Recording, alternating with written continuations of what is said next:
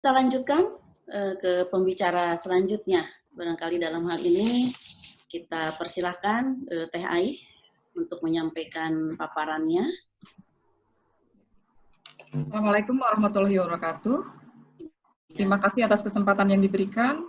Sebelumnya saya ingin menyampaikan salam hormat kepada para guru besar mungkin yang hadir di sini, dosen-dosen, para senior, teman-teman, kemudian ada juga mungkin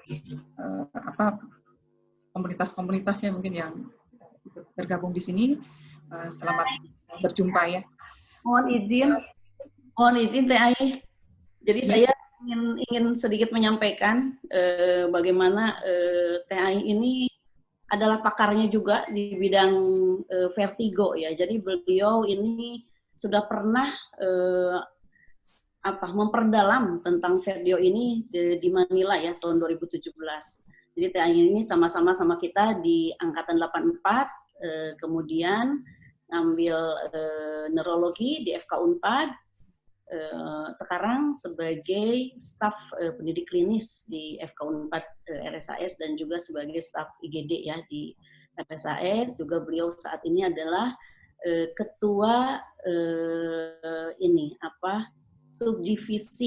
subdivisi dari anggota kelompok studi neuroonkologi ya, anggota kelompok studi neuroonkologi maksudnya.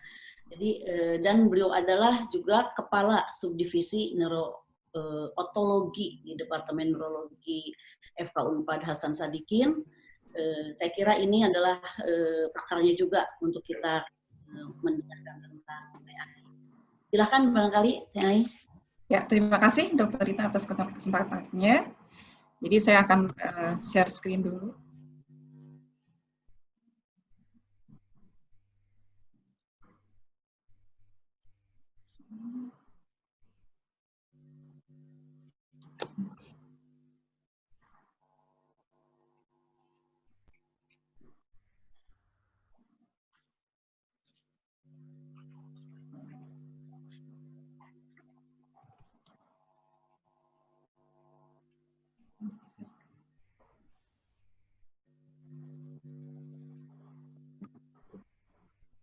Ya, sudah ada.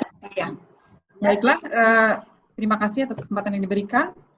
Materi yang akan saya bawakan yaitu vertigo dengan sebab sentral. Kalau tadi sudah dibahas oleh Dr. Agus, ada dua tipe dari vertigo, yaitu vertigo yang karena kelainan di perifer, yaitu di dalam organ telinga tengah, dan yang kedua adalah vertigo yang disebabkan oleh karena kelainan otak. Nah, pada kesempatan ini saya akan lebih banyak membahas vertigo yang disebabkan oleh karena kelainan otak. Baiklah, kita lanjut ya. Topik bahasan yang akan saya sampaikan di sini, kita ingin tahu apa sih yang dimaksud dengan vertigo sentral, kemudian apa penyebabnya, apa saja faktor risiko, dan apakah ini bisa dicegah. Sebelum saya berlanjut pada slide berikutnya, kepada para peserta mungkin boleh menyiapkan benda yang di sekitarnya yang bisa digenggam ya, bolpen atau kertas. Nantinya di sesi terakhir akan ada latihan vestibuler yang bisa dilakukan cukup sederhana, yang bisa untuk melatih sistem keseimbangan kita sehingga mencegah terjadinya vertigo. Jadi saya lanjut. Nah, kalau tadi vertigo perifer lebih membahas tentang telinga dalam, nah maka saya akan membahas vertigo seperti apa sih yang disebabkan oleh karena kelainan dari dalam otak. Nah, yang namanya vertigo seringkali disalahartikan dengan nyeri kepala. Nah, kalau vertigo itu keluhannya pusing berputar, bukan nyeri kepala. Jadi kadang-kadang kalau Bapak Ibu menyampaikan keluhan di poliklinik, biasanya menyampaikan pusing itu sebagai keluhan dari nyeri kepala ya, sering tertukar.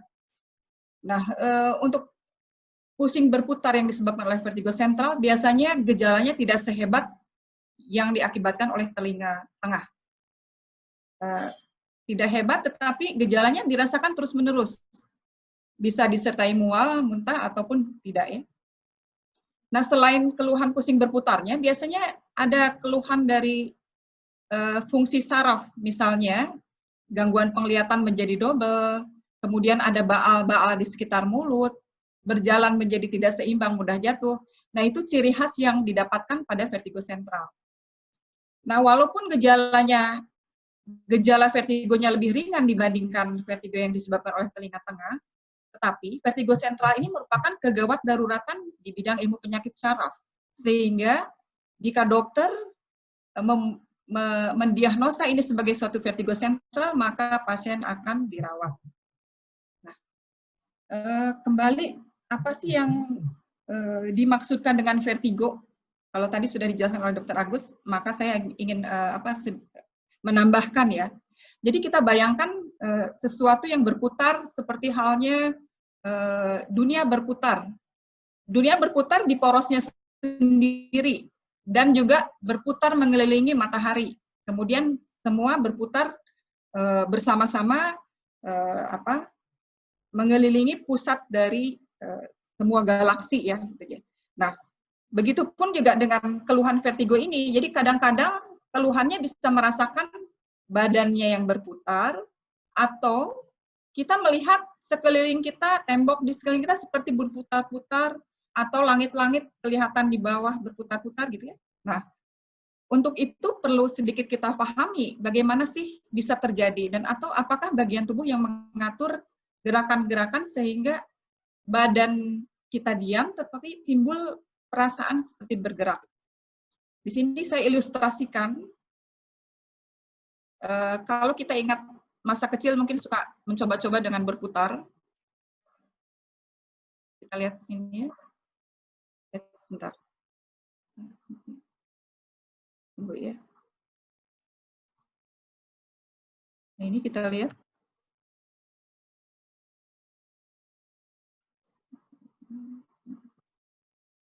Kenapa ini terlihat?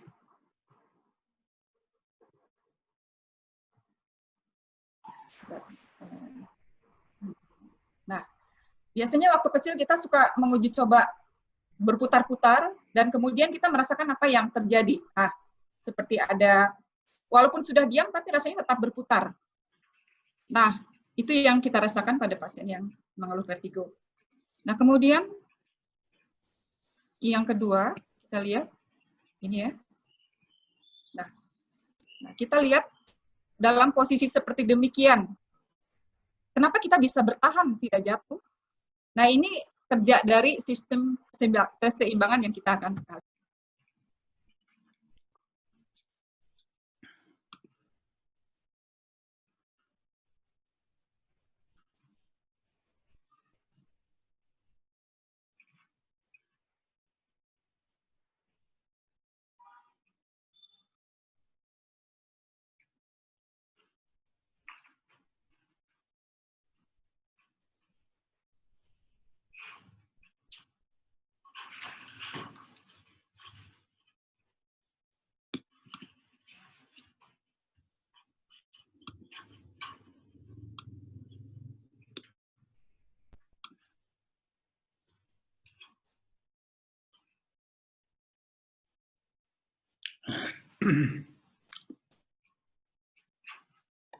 Sambil menunggu, barangkali mengingatkan kembali bisa sambil mengisi Google Form, barangkali untuk Bapak Ibu semuanya dilihat di link ya, udah di-share di chat ya, udah di chat.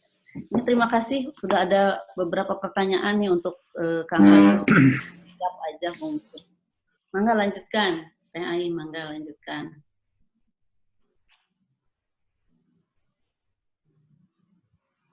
Mungkin ada beberapa hal di Dr. Ai Cahyani, spesialis neurologi tadi, jadi memang ada beberapa materi yang disampaikan, juga nanti ada prakteknya.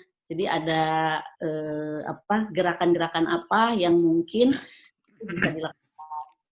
Mungkin ini juga sama ya, nanti dari Dr. Agus ya, tadi ada beberapa gerakan yang harusnya bisa dilakukan. Ya, alhamdulillah, silakan Teh Ai bisa dilanjutkan lagi.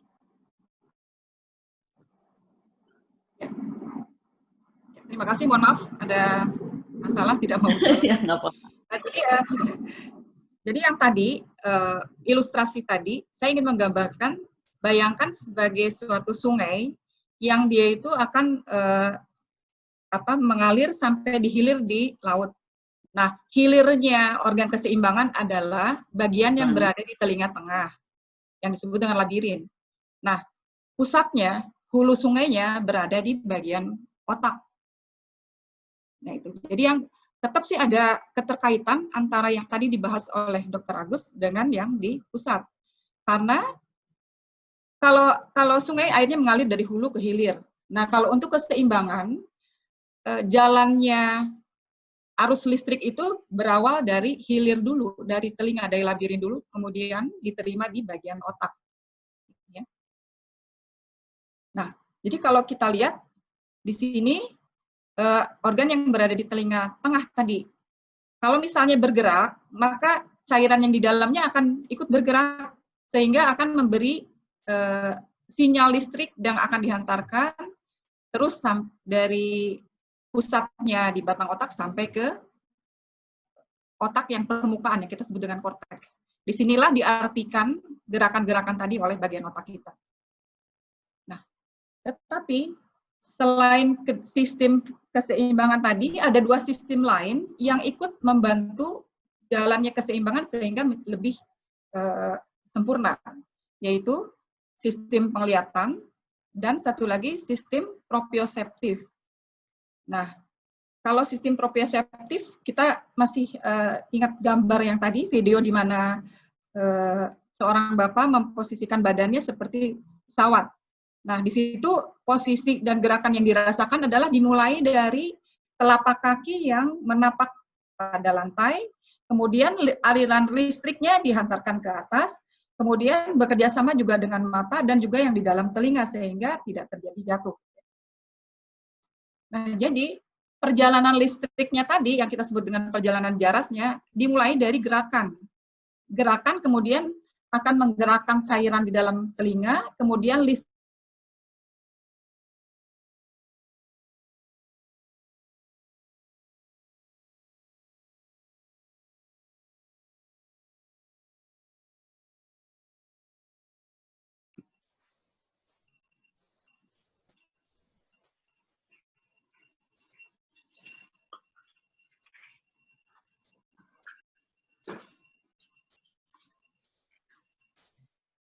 Suaranya hilang ya? Oh iya, TAI suaranya hilang.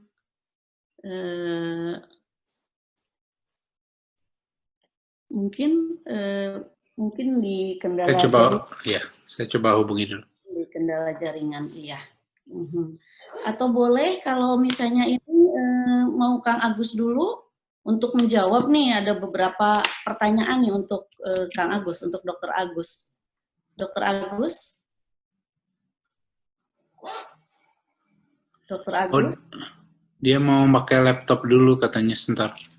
Siapa? Agus mau pindah ke laptop. Oh, Dr. Agus. Cuma belum masuk lagi. Oh, iya. Sebentar. TAI juga hilang ya? Iya. Mungkin jaringannya, ya. Iya. Ini mungkin bisa ngobrol-ngobrol aja dulu Dr. Ahmad Riza, karena beliau juga sebetulnya pakar juga ini ya. Beliau juga neurolog. Nah, mungkin bisa bantu nih, ada beberapa yang ingin ngobrol, katanya ada beberapa pertanyaan. Mungkin ini ya, dari Pak Rusda pertanyaannya, katanya istri beliau itu vertigo mendadak, kemudian pernah ada riwayat rinitis alergika sekitar 5 tahun yang lalu, tapi juga sekarang apakah dari kehamilan, jadi apa memang lagi hamil juga gitu ya. Nah, apakah ini boleh dapat obat, mungkin lagi hamil nih, tapi sebelumnya beliau itu makan obat untuk vertigo, kemudian karena tadi punya rinitis, tapi ini lagi hamil. Ini apa boleh nggak katanya makan obat? Mungkin itu ngobrol dulu mungkin. Iya. Ya, mangga Kang Riza. Baik, nuhun. Saya kira kalau obat-obat untuk tergantung tergantung usia kehamilannya mungkin ya. Jadi sebenarnya kalau usia kehamilan sudah di atas 3 bulan atau sebenarnya di atas ya 3 bulan lah kurang lebih, dia relatif aman untuk bisa minum obat. Kalau obatnya adalah obat-obat untuk rinitis alergi misalnya. Jadi saya kira nggak apa-apa kalau memang harus minum obat karena rasa berputar yang terlalu hebat. Saya kira itu. Tapi saya terus terang belum pernah tahu hubungan antara vertigo dengan rinitis alergi ya. Jadi biasanya vertigo ini berhubungan dengan kelainan di rongga telinga, lebih dari kelainan di rongga telinga daripada kelainan di rongga hidung mungkin. Saya kira itu jawaban saya. Nuhun, Dokter Kang Rizal, nuhun. Ini mungkin sambil nunggu Kang Agus juga nyiapin lagi tadi ya, pindah ke laptop ya, karena ada beberapa pertanyaannya terkait THT juga. Tapi ini mungkin bisa dijawab nih sama Kang Rizal. Ada Lina kan tadi? Oh iya, mana? Bisa bantu juga. Bantuin Lina. Mana nih Teh Lina nih dari THT ya, barangkali juga bisa bantu. Bisa di saya harus unmute dulu. Sebentar. Ya, untuk Teh Lina. Tapi ini mungkin bisa dijawab juga lah sama dokter neurolog ya. Ini dia. Ini pertanyaannya, serangan vertigo saat mencium bau menyengat. Ini dari Pak Ade Julardi. Pertanyaannya, bagaimana? Apakah benar nih ada kaitan antara bau menyengat dengan vertigo? Mungkin gitu, enggak? Iya,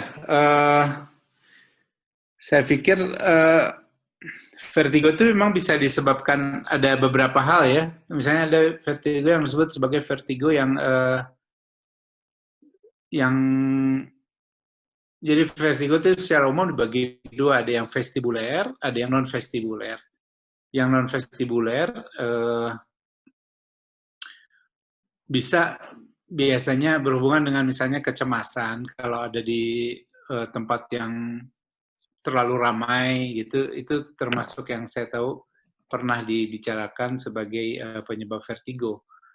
Cuma kalau mencium bau menyengat, mungkin si sensasi baunya itu yang membuat merangsang sistem keseimbangan, tapi saya kurang paham selebihnya. Iya, makasih. Ya. Makasih Kang Rizal. Mungkin Dokter Yulia bisa membantu meng-unmute Lina mungkin. Udah. Ya, halo. Hai. Selamat siang. Alhamdulillah. Oke. Tadi mengenai rinitis ya, yang tadi kedengaran tadi rinitis. Yang rinitis alergi, tapi jadi ada vertigo. Dan sekarang lagi hamil. Lagi hamil, riwayat 5 tahun yang lalu, riwayat rinitis alergika, tapi sekarang juga suka vertigo mendadak. Mungkin itu bisa dijawab. Oke. Sebetulnya mungkin rinitis alergi tidak vertigonya ya. Halo? Nah, tidak terlalu berhubungan langsung dengan vertigonya, tetapi rinitis alergi biasanya sudah kedengar ya saya? Kedengaran. Saya nggak dengar. Suaranya bagus. Halo, Sal? Ya, suaranya bagus. Terdengar. Tidak terlalu berhubungan langsung dengan vertigonya. Oke. Tidak terlalu berhubungan langsung dengan vertigonya, tetapi biasanya rinitis alergi ada gejalanya adalah bersin, hidung tersumbat. Nah, sebetulnya sumbatan hidungnya itu sendiri kemudian menimbulkan tekanan, kemudian kepala jadi berat gitu ya, jadi penuh. Nah, sebetulnya mungkin harus dilihat dulu apakah betul vertigonya atau memang dizzy, karena itu berbeda. Kalau dizzy mungkin bisa disebabkan sinusitisnya atau yang lain-lain, tapi kalau vertigo tidak berhubungan langsung sebetulnya dengan rinitis alerginya. Kemudian dengan kehamilan sekarang mungkin ada hormonal ya, ada gangguan lagi hormonal.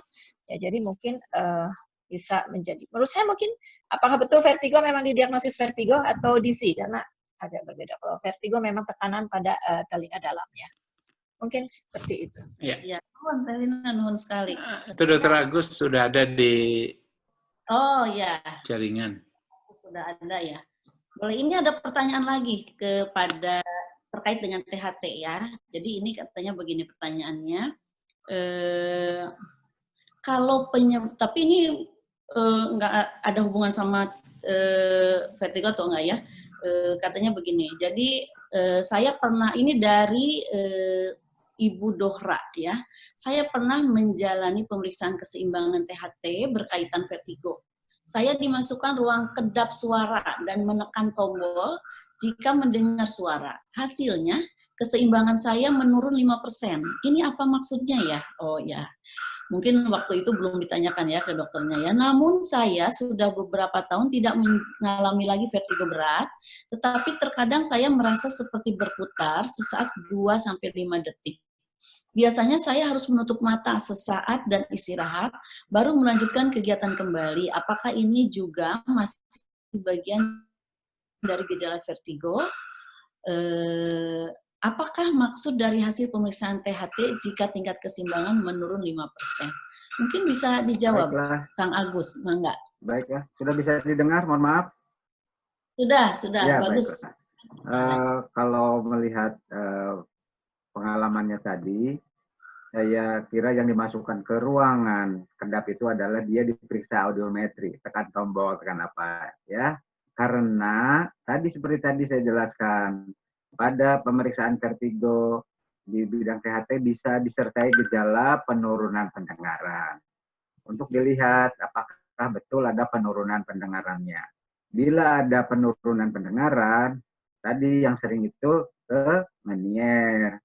Ya, mungkin tadi ada penurunan 5%-nya itu. Ya. Jadi bukan tes keseimbangan, itu karena bagian dari seluruh pemeriksaan. Dilihat level lambang dengarnya, mungkin ada tulis saraf penurunan 5%. Demikian. Jadi memang lengkapnya pemeriksaannya harus disertai dengan pemeriksaan audiometri. Kalau di pusat yang ada audiometrinya. Ya, demikian. Jadi itu bukan bukan tes keseimbangannya di ruang kedap itu tes pendengarannya. Jadi betul pemeriksaannya sudah betul sampai di situ. Ya. Ya, mudah-mudahan bisa menjawab ya tadi yang disampaikan oleh Ibu Dohra ya. Ini masih kaitannya lagi Dr. Agus dari Kevin Avicenna ya. Mau bertanya, saya sekarang lagi menderita Meniere sudah 1,5 bulan. Saya sekarang kehilangan pendengaran saya, telinga sebelah kiri, karena terlambat ke dokter THT.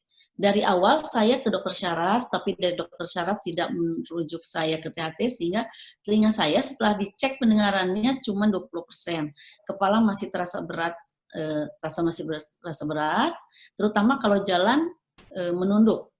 Yang saya tanyakan apakah telinga saya bisa disembuhkan, karena kata penderita THT ini apa ya, dari THT ini saya terkena virus.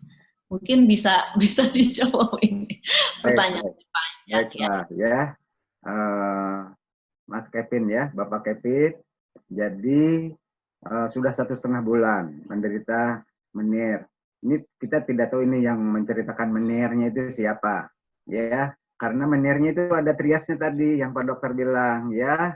Vertigo, tinnitus, tulis saraf, ya. Kalau tulis sarafnya saja itu harus dibuktikan. Tadi itu pendengarannya 20%, berarti dia betul ada tulis sarafnya. Apakah betul karena virus? Virus betul bisa menurunkan, bisa menyebabkan tulis saraf, betul, ya. Beberapa virus, ya, varicella, apa semua jenis yang itu bisa mengganggu ke pendengaran. Tetapi biasanya tidak disertai dengan vertigo.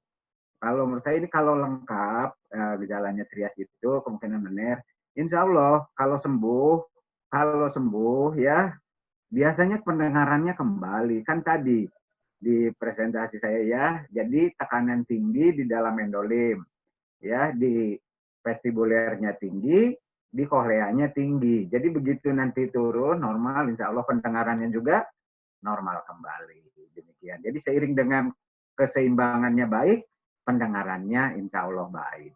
Kalau betul karena menier, ya. Kalau karena saraf, itu nanti diobat.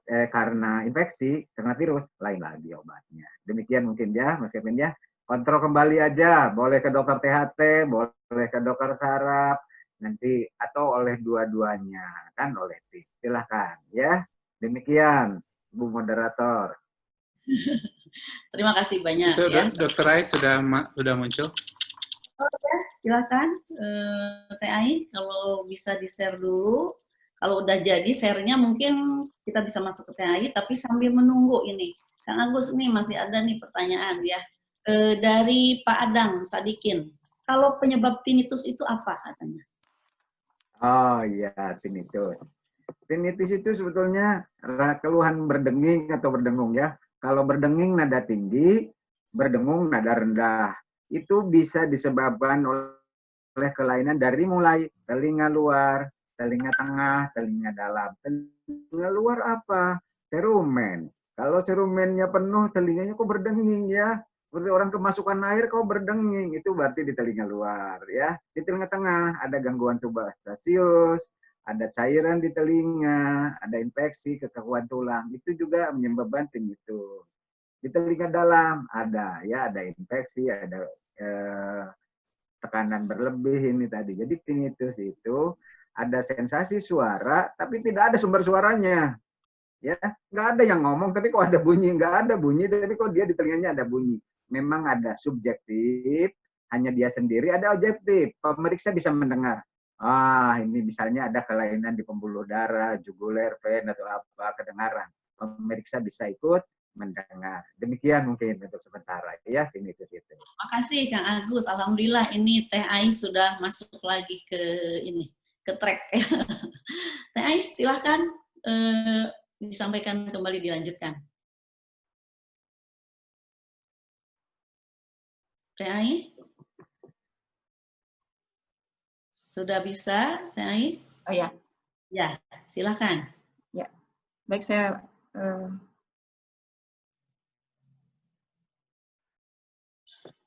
Nah, tadi mengenai penyebab, jadi ada yang bisa kita pengaruhi, ada yang tidak bisa. Jadi dikatakan bahwa usia, dengan pertambahan usia di atas 60 itu akan meningkatkan risiko untuk terjadinya stroke. Pada jenis kelamin dikatakan pada wanita kejadian stroke lebih tinggi dibandingkan laki-laki. Kalau pada usia muda di bawah 50 tahun, pada wanita lebih tinggi diakibatkan karena adanya pengaruh hormon, pemakaian obat-obat kontraseptif, kemudian kehamilan juga menjadi satu faktor risiko terjadinya stroke. Untuk penyebab yang bisa dimodifikasi, antara lain penyakit-penyakit kronis seperti hipertensi, penyakit diabetes mellitus, hiperkolesterol, dan hiperglisemi.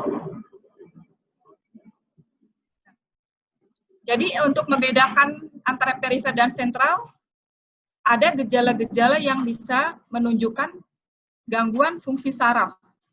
Misalnya tadi adanya penglihatan double atau adanya kelemahan pada tungkai, kemudian bicara menjadi rero, itu yang biasa dikeluhkan, atau mungkin malah gangguan penglihatan menjadi gelap. Nah, pencegahan, tentunya kalau untuk yang sehat, belum mempunyai penyakit-penyakit yang seperti tadi disebutkan, maka kita cegah dengan selalu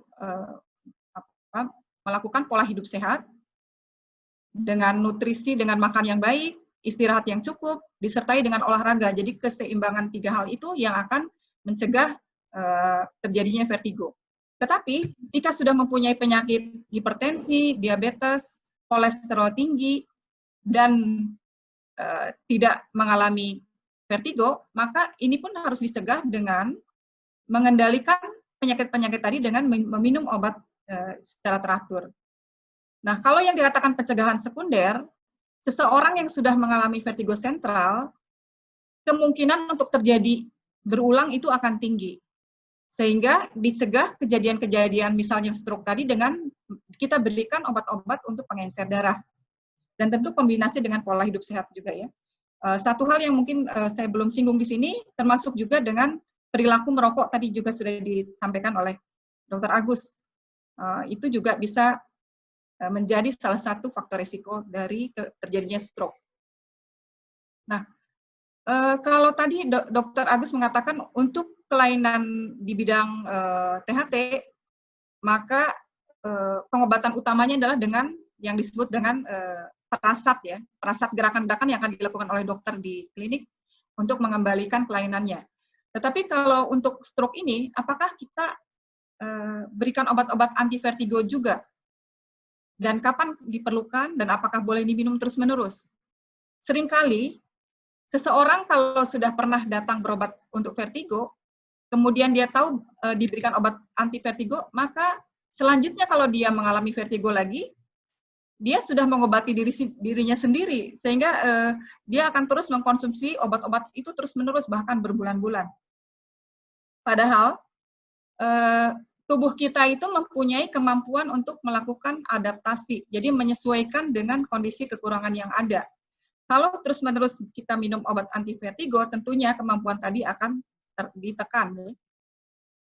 Nah, di sini saya ingin memperlihatkan gerakan-gerakan yang bisa melatih sistem keseimbangan kita menjadi lebih baik. Di sini kita lihat kombinasi antara proprioseptif, ujung jari kakinya jinjit ya, kemudian dengan fokus mata, konsentrasi, kemudian organ vestibuler di sini juga bekerja yang di dalam telinga sampai ke otak ya.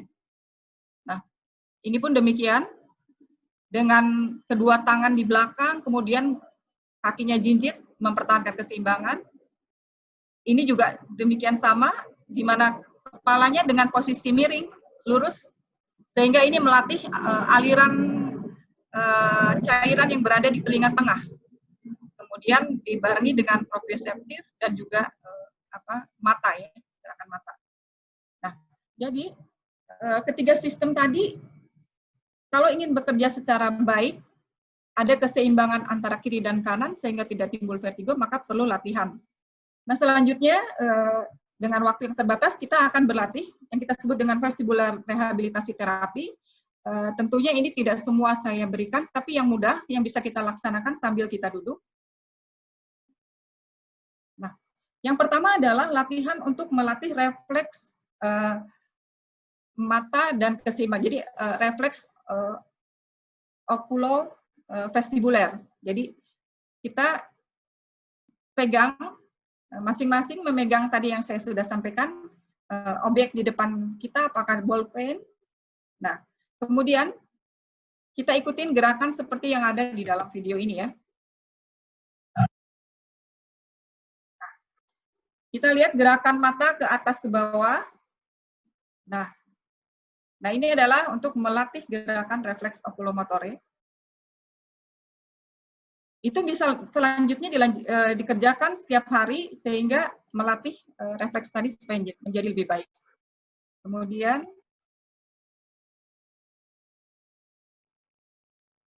gerakan berikutnya, gerakan ke kiri dan ke kanan sampai bola mata hitam habis di samping ya. Nah,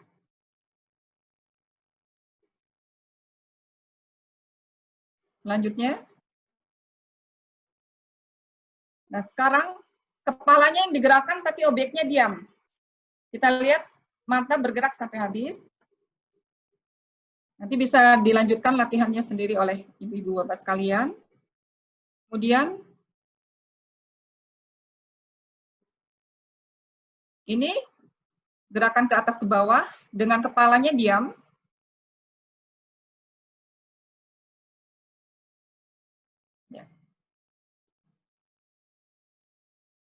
Kemudian gerakan berikutnya adalah untuk melatih